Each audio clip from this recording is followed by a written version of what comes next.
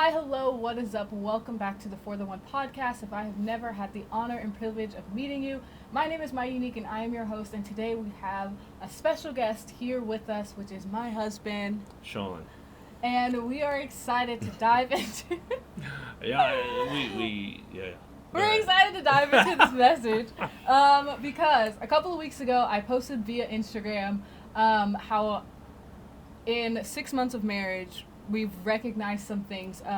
If y'all didn't know, I have been very open with it about it on my platform for a while now, and that is my struggle with corn. And the question being asked or talked about in today's episode is how it affects marriage. And that's something we've never seen talked about. We've been talking about it. We're only 6 months in. We're super new to all of this, so we don't know where it's going. But we decided to have a conversation based on us and things that we've recognized and noticed. If you haven't watched part 1 or listened to part 1, you can go back and watch that because I kind of there were some questions that we received that were very geared towards me, and I didn't want to make this a super long episode. And then obviously the questions that were submitted for like a couple's kind of response is what we're going to be talking about today. And so we're going to go ahead and jump right into it. So let me give context. I am now 32. I am 32. I've been very open in the past about my addictions and struggles.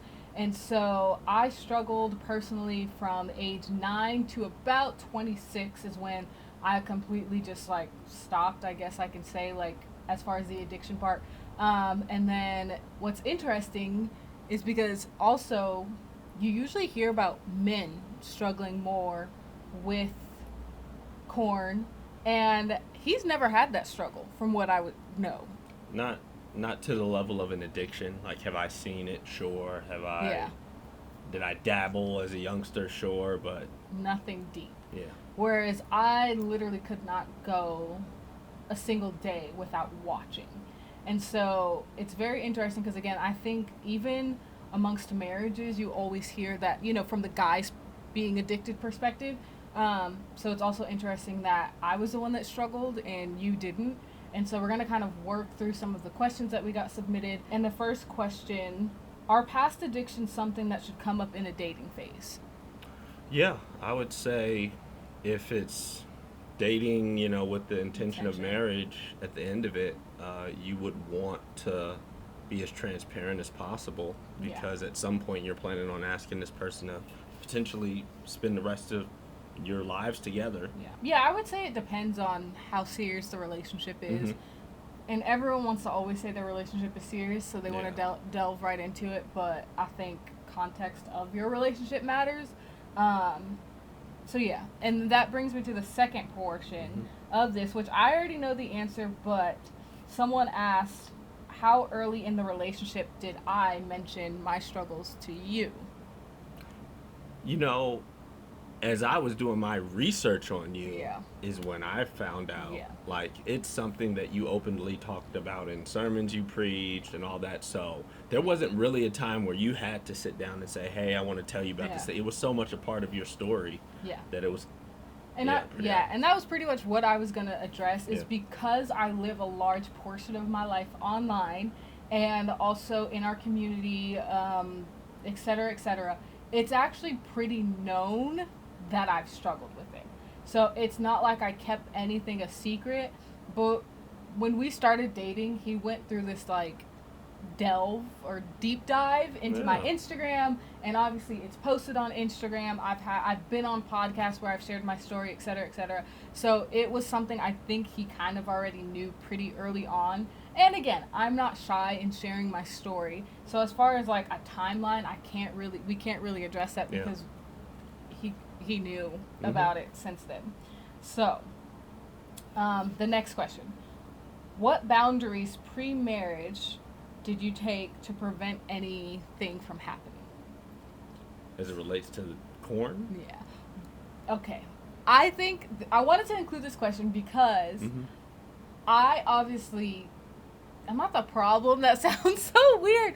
But like, because it was my struggle, someone asked if I carried this into our relationship. let me preface and like very vividly say I was not dealing with my addiction when we started dating. Right. This was something that I'm not gonna say cured or like healed. You're recovering. Like yeah. So like alcoholic. by the time him and I started dating, even once we got married, I had already dealt with my addiction. So it wasn't anything that we had to be like really guarded of. I don't even think you asked me when we were dating if I was like ever at a point struggling with it or et cetera, because again, I kind of was really done by 26, maybe 27 years old. And then that was before we started dating. So I didn't carry any of like a current addiction into our relationship and into our marriage. So as far as boundaries, I mean, every couple is going to have different boundaries for the way that they manage their lust or temptations, etc., etc.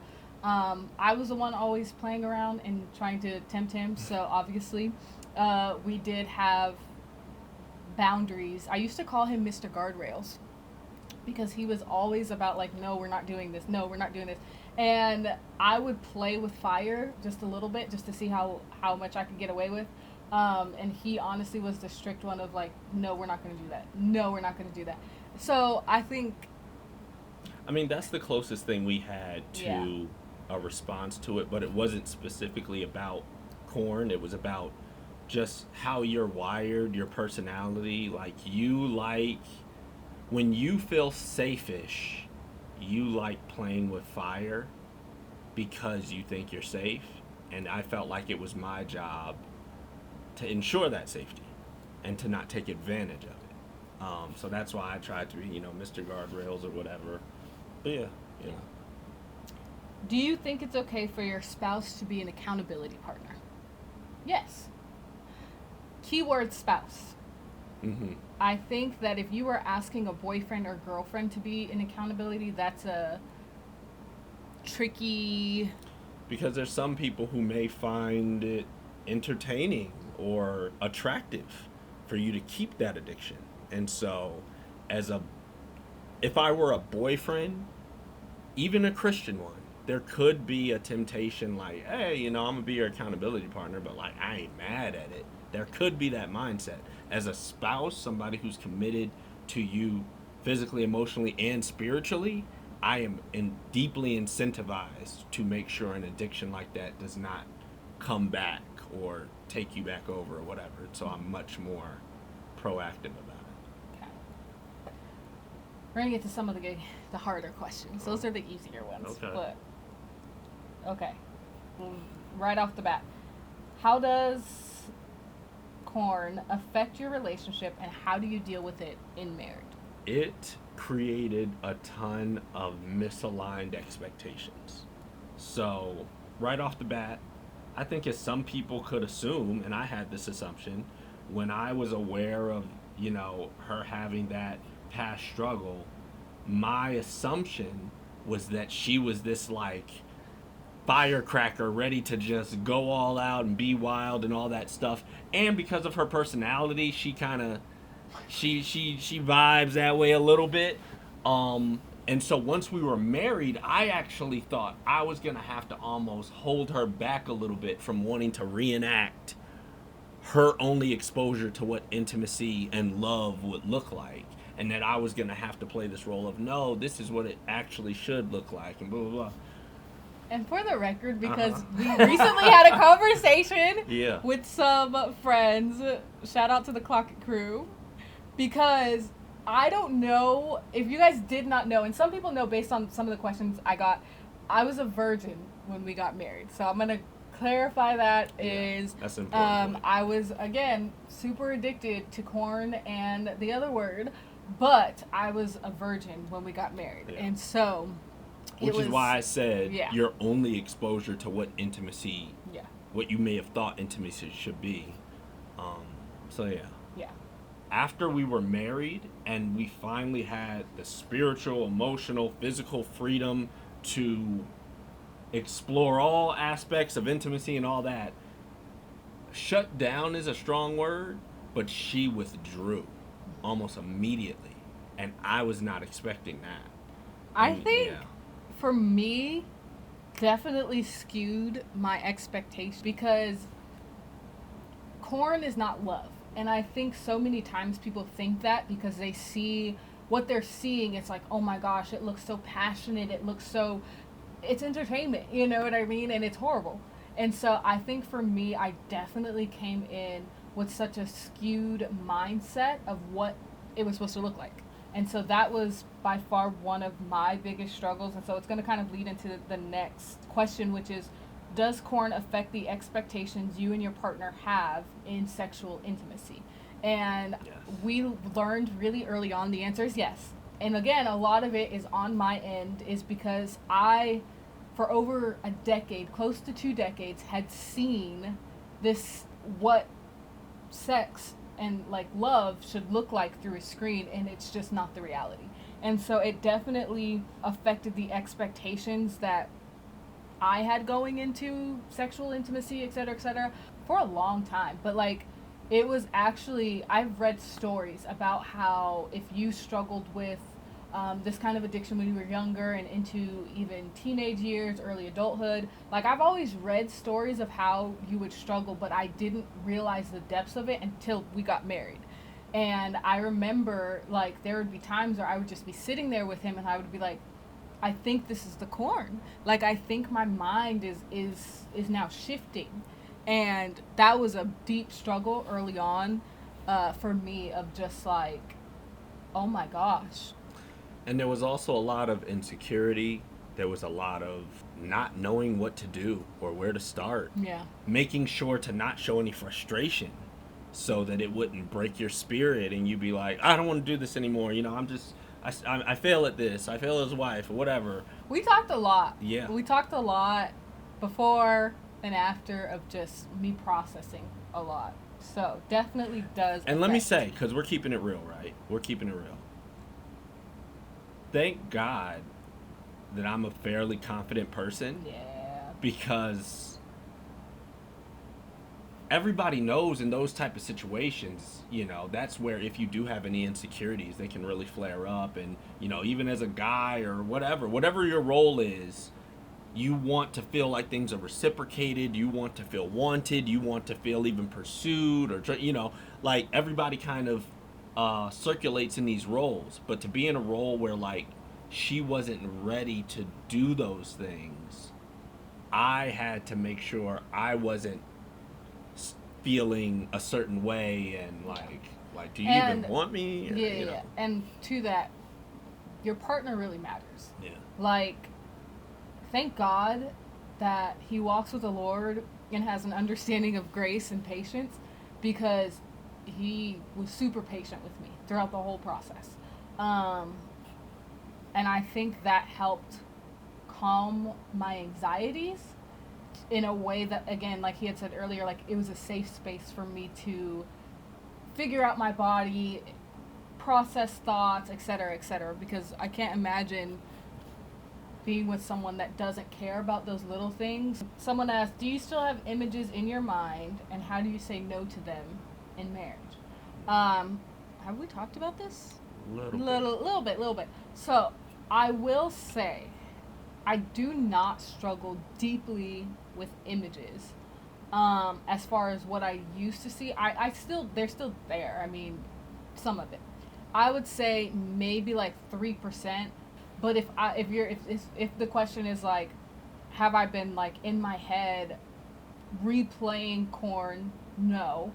But in a sense, it was just like I would replay things, but it's us. Someone asked, did you feel like you were performing what you saw on the screen? Short answer to that, sometimes yes. Obviously not all the time. But I don't think it was like a performance as like I'm performing for him. But again, kind of going back to the last question of like visualizing things, it essentially, I don't know how to explain it. Everybody goes to what they know. Everybody naturally tries to draw from. I mean, even with me never having been addicted to porn, there were things that I may have drew from just from movies or things I've read, or even things that, guys say in groups together. Oh, your girl likes it, whatever. You unconsciously draw from those things, I think. But for you, since your background was primarily that was the only thing, or the primary thing you had to draw. Maybe. What is the biggest effect that it has on intimacy? Have to have a lot of communication. You have to have a lot of patience and grace for your spouse. And you really, it truly has to be intimacy with us. Because when it's not, at least for me, it feels like it's not. I don't know if I could say the biggest effect, just because, again, clarification, we're only 6 months in. We're still trying to navigate, but having a lot of conversations on things that I've noticed with, like, my body and the way that I feel about intimacy, etc., etc. The biggest effect is, like, having to unlearn what I thought it should look like, I think, for me. Because it's a struggle, because I'm like, I remember a conversation we had early on where I was explaining some things happening with my body that kind of just didn't make sense to me, and he would be like, no, your body is fine. And I remember, like, I think I was crying actually one time, and I was like, no, I feel like my body is, like, betraying me, you know what I mean? And when we took a deep dive into, like, why I was processing that and feeling that, I explained to him, well, it's not what I seen. And he had to, like, kind of sit and talk with me and be like, because those things weren't real. And so that was a really big, like, conversation that we had, is because I was like, man, like, my body is failing me. I've seen video after video and it's not looking like this. And it was, like, really mentally, like, kind of jacking me up. And again, he was just like, that's because those things were not real. So it's not supposed to look like this. Like, your body is actually responding the way it should. And that was, like, a big struggle for me. It's just kind of, so it's been like having to unlearn those things, because again, porn is not love, it's not intimacy, it's all jacked up things from the enemy that wants to misconstrue what God actually intended. So for me, it's having to unlearn all of those things, and unlearn them and make sure I'm relearning it in a healthy way, that honors God and honors my body and intimacy with him. So it has been it was a little bit of a struggle. I'm better now than I was a couple months ago, but so that has been the biggest effect. And that really it has. quick, the conditioning is a real thing. Like, the conditioning impact that addictions have on you literally can rewire your body, your mind, and all that. It's like flipping a switch and expecting a certain light to come on, but now you've rewired it to where you have to, kick the wall to get the light to come on, and then having to understand why that's happening. Someone asked, and it probably is for me, did porn give you an unrealistic expectation for your first time? Yes. Yes, it did. Again, and that goes back to having to the last question of, like, lots of unlearning things and having to relearn the right way, in short. Does porn affect you guys generally hanging out? Like, it says, does porn affect generally hanging out with your spouse? No. For me, no. Because, again, I did not come into our relationship struggling with this. I feel like if someone is going into a relationship and still struggling, it may affect the hangouts that they have with their spouse. Mainly because, again, like he had mentioned it earlier, there's a lot of objectifying that happens when you're struggling with porn. So it's like you see people as sexual entities instead of seeing them, like, as a person or child of God. Like, there's a lot of things that go into that. So I think because I didn't essentially carry it into our relationship, I don't have those struggles. But do I see that as a struggle with a couple that's still dealing with it? Absolutely. And because I think when you're addicted, it gives you this, not adrenaline, but you're kind of constantly thinking about it and thinking, how can I get this? Because a lot of my struggle was like I needed a release, I needed the satisfaction, and so when I didn't have that, I would turn to corn. And so again, I think that it could be super unhealthy if you're carrying that into a relationship or into a marriage. Whereas for me, again, by the grace of God, I did not carry it into our relationship, so I didn't deal with some of the things that another couple might actually be dealing with. So, did it affect intimacy initiation? Yes. Yes. Still does. So, 90% of the time, she will not initiate. That sounds so bad. It's not bad, yeah. guys. Again, which is fine, but it's definitely something, on my end, I'm like, that's interesting. It has affected initiation on my end because I'm still unlearning the things I see. So when I would watch certain things, it was always a guy, mainly in an aggressive way, kind of just like, oh, oh. And so I'm kind of like very, not shy, because I'm not shy at all, but I'm more quiet, and I just let him initiate and do. How have you allowed your body to receive pleasure from your partner rather than yourself? Everything's such a learning curve for me right now. I'm having to find in this space of like what's actually normal, what's actually like the way God designed things. I don't know if I know how to answer that fully right now. It's a thing. It is a thing. I'm going to try to say it in the most respectable way possible, but like, as in this situation as your husband, but in, somebody else's situation, whatever role you are, where you're the person who maybe isn't struggling with that addiction, it kind of is going to require, maybe even demand of you to really have that servant mentality to your spouse. Okay. How do you, and this is probably more for you, how do you trust your partner after they were addicted to corn in a marriage?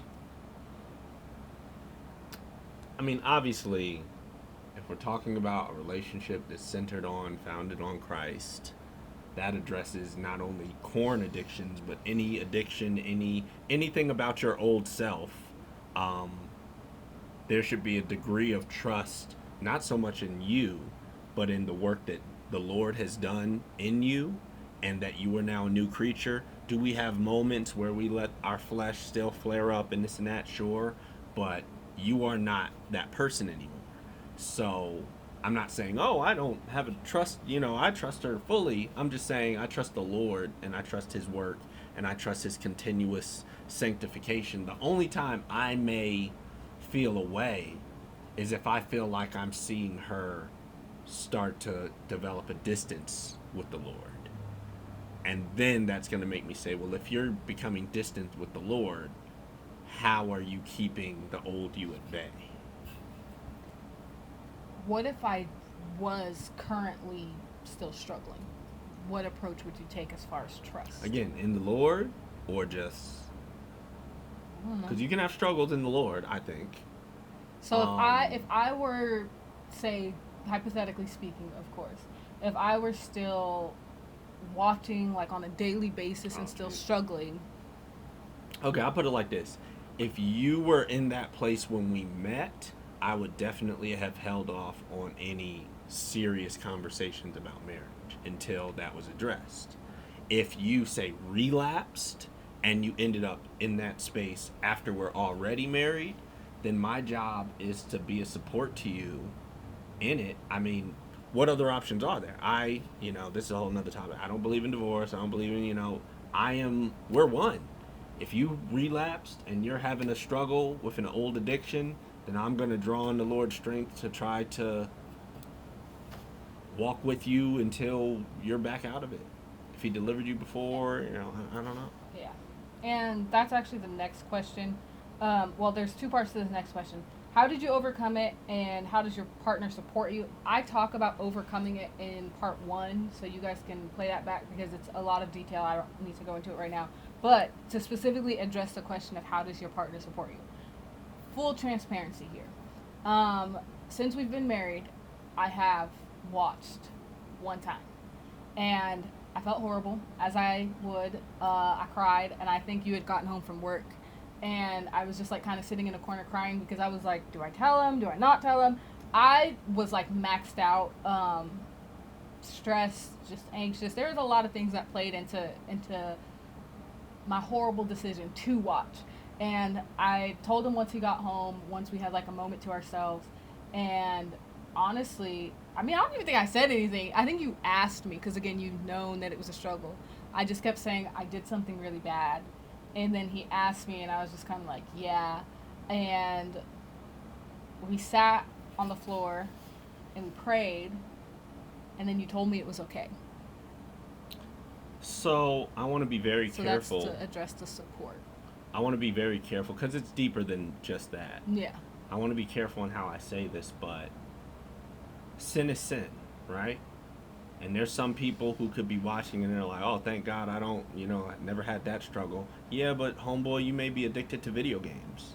You may be addicted to eating junk food, whatever it is. And when life and pressure starts to weigh on us, we're often tempted to run to those comfort addictions. So I viewed what she did not as this horrible, oh my gosh. I viewed it as life was weighing her down and she had a crack in the armor, and there was a moment where she didn't grab onto the grace and the strength of the Lord, and she slipped up. It didn't matter what it was. I was more interested in getting you built back up so that you can handle the weight with God's strength. So it wasn't so much about what the thing you did was, it was about your overall spiritual status and how I could get you, dust you off, stand you back up, because the battle doesn't stop. Get in front, shield you a little bit. I mean, think of it, I love military analogies, but thinking of it like, a soldier's beside you, they're taking a hit, they get grazed.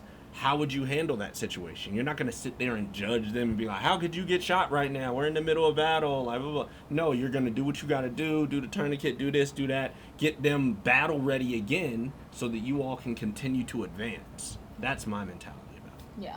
And I will add to that, obviously I have not done it since. Full transparency here. But, because people think that once you get married, it solves all your problems.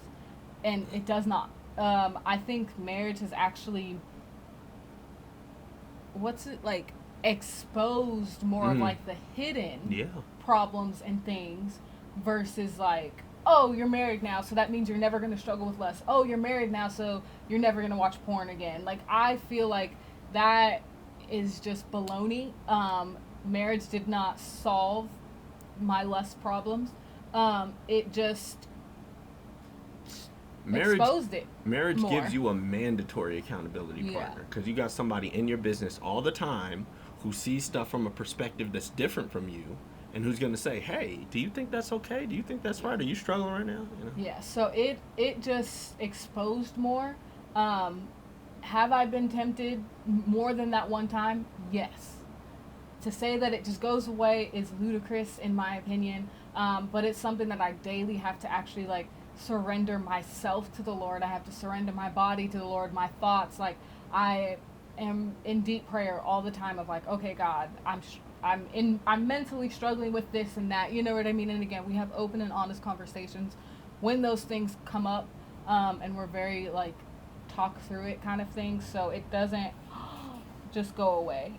How does, I don't know if this is an answer for you, how does corn affect your husband, and do you have shame?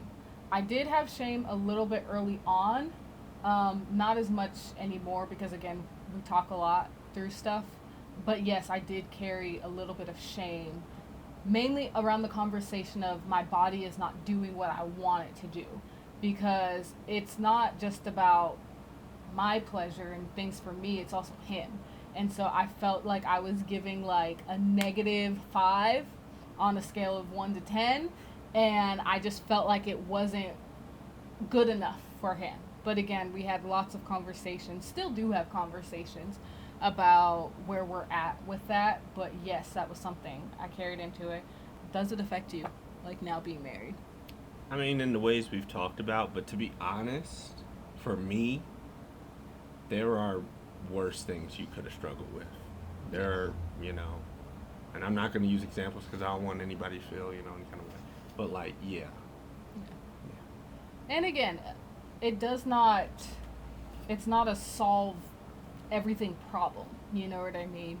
Being married, again, has only actually shown me more of my weaknesses around the conversations of lust. It's something that I personally have to be very guarded with in my heart. If I know that something is causing me to want to act a certain way or do a certain thing, like, I can't do it. To be honest, we've never had this conversation, so that's why I stopped going to the gym.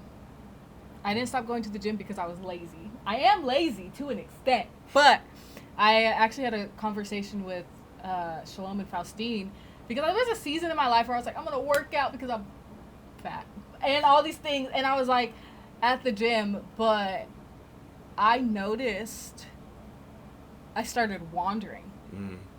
Yeah, My gym is eyes bad. started wandering, and it was bad. When I realized that, I was like, oh yeah, I can't come back anymore.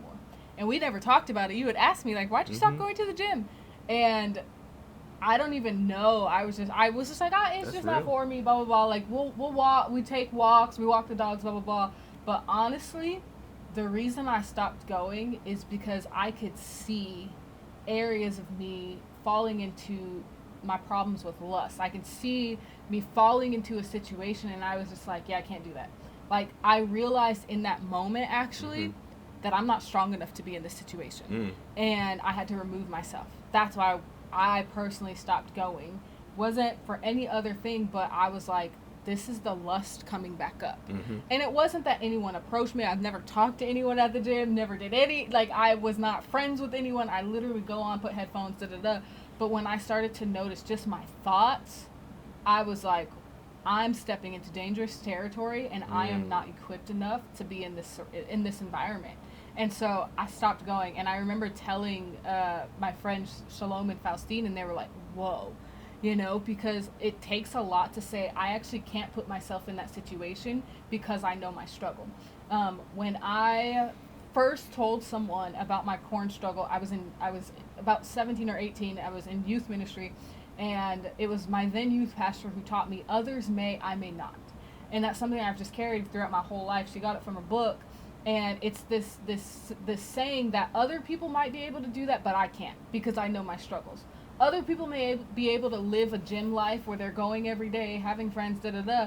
Others may, but I may not, because I recognized it as, I can either only go when I'm with him or just not go at all, because I deeply struggled with lust. And although I've gotten better by the grace of God, it doesn't just go away. And so I think having open and honest conversations is why we're able to sit and have these conversations, to hopefully help someone that needs to. I don't know if maybe you're married and maybe you or your partner are still dealing with a deep struggle, but I think communication is key. I also think that resources can help. You know what I mean? We believe in therapy. We've talked about it. Not that I've never personally used therapy for an addiction, but we do believe in it. We do believe in just getting help when you need it. And so, hopefully, you listening to this has encouraged you, if you need be, to maybe have an open and honest conversation with your spouse about where you're at, and hopefully, them receiving that in a way that's like almost honoring to your marriage. Because if you did not receive these conversations well, we'd be screwed.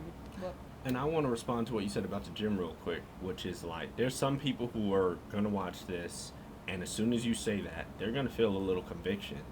And I encourage them not to push it aside. Because, and I always get into this, like, the battle is constant. yeah. And we think that we can let little stuff slide and it won't make a difference. But I'm telling you, having seen many, many professing Christians end up in places where they either don't believe in God no more, don't serve God anymore, don't, whatever. People get picked off every day.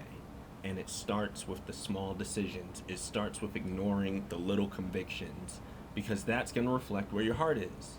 If your heart wasn't to please God and to protect me to a degree, to a lesser degree, you could have easily said, listen, I gotta knock this out. The gym is important. Forget all that little stuff. I'm going to knock it out here. You could justify it very easily. And I know that there's a lot of people who do that. Don't justify it. Yeah. We're going to end the podcast here because we've addressed all of the couple-based questions. Again, if you are just wanting to dissect more about the conversation of being a girl who struggles with corn, you can check out part 1, which is, again, linked on my YouTube if you're watching, and then also listed on my Spotify. We hope that you guys enjoyed a little bit of this conversation, and again, we hope that it's been helpful to you wherever you are at in your walks with the Lord and in your relationships. Maybe we'll do a part 2 later on because again, we're still new to all of this, but we're still dissecting a lot of these conversations. But hopefully this has helped you in some capacity. If you want to connect with me via Instagram, my @ is Myunique. As always, Sean does not care to give you guys his Instagram. So be sure to subscribe for more podcasts coming soon. We love you guys.